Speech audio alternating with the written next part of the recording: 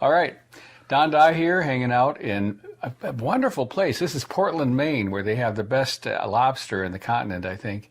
Anyway, I'm here with Dr. Saad, our discussant for gastroenterology, MKSAP 19. And first of all, Dr. Saad, thank you very, very much for a yeoman job. We just did a huge amount of recording, and he's got a little case he's going to tell us about. So can you bring me up to date with this new vignette? Sure. Well, thank you again for inviting me to participate in this latest edition of the MKSAP audio. I found it very enjoyable. A lot of fun. A little bit long at times, but it definitely was eye-opening and helped me remember many of those things that I have maybe forgotten a little bit over the years.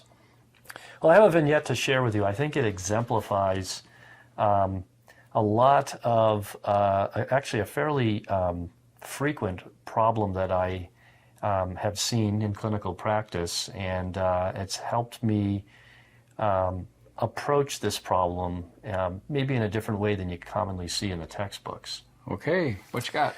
So this was a woman in her mid-70s. She presented to my geriatric gastroenterology clinic, and her primary complaints were uncontrollable diarrhea with associated fecal incontinence. And she had come to me from another local gastroenterologist. And she had explained to me that she had been struggling with this diarrhea for a number of months' time, had had a lot of testing done, and I could go over all of the details, but suffice to say, there wasn't an infectious etiology identified.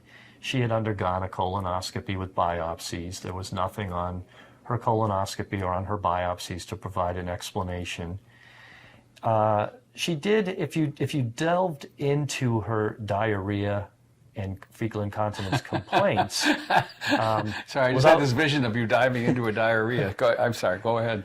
You got this sense that the diarrhea wasn't a consistent diarrhea. Okay. She would have diarrhea for periods of time, and then she would go for variable periods of time and not have bowel movements after really spending some time to understand her symptoms. And what was bothering her is at one point in time she was given loperamide to treat her diarrhea, and it seemed to help for a period of time.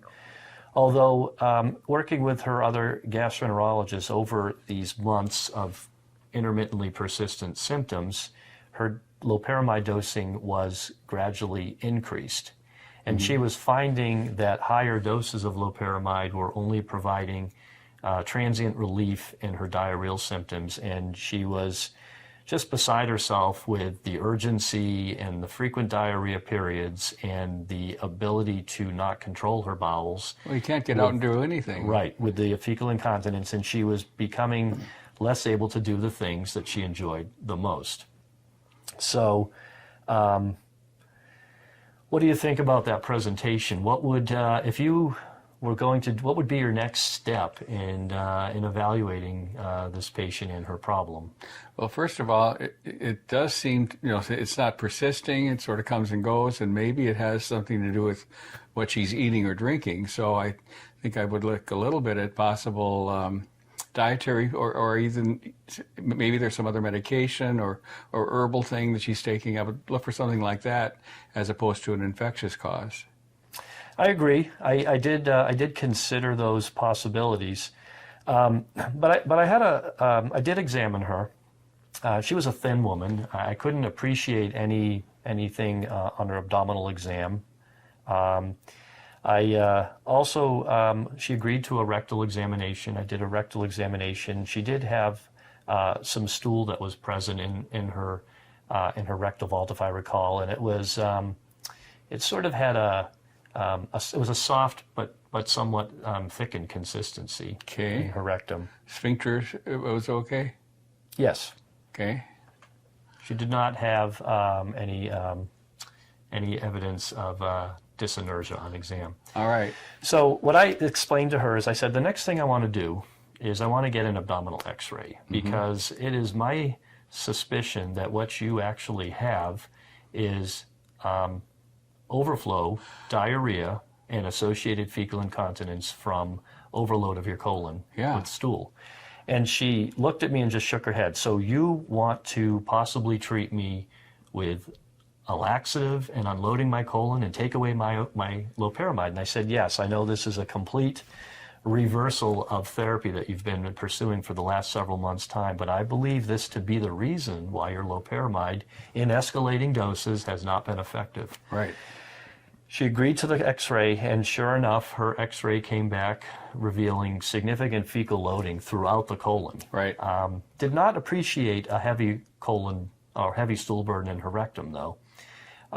She agreed to a bowel cleanse. I gave her a traditional bowel purgative for colonoscopy to unload the fecal loading. Right. She agreed to stop the loperamide, and I put her on a laxative instead.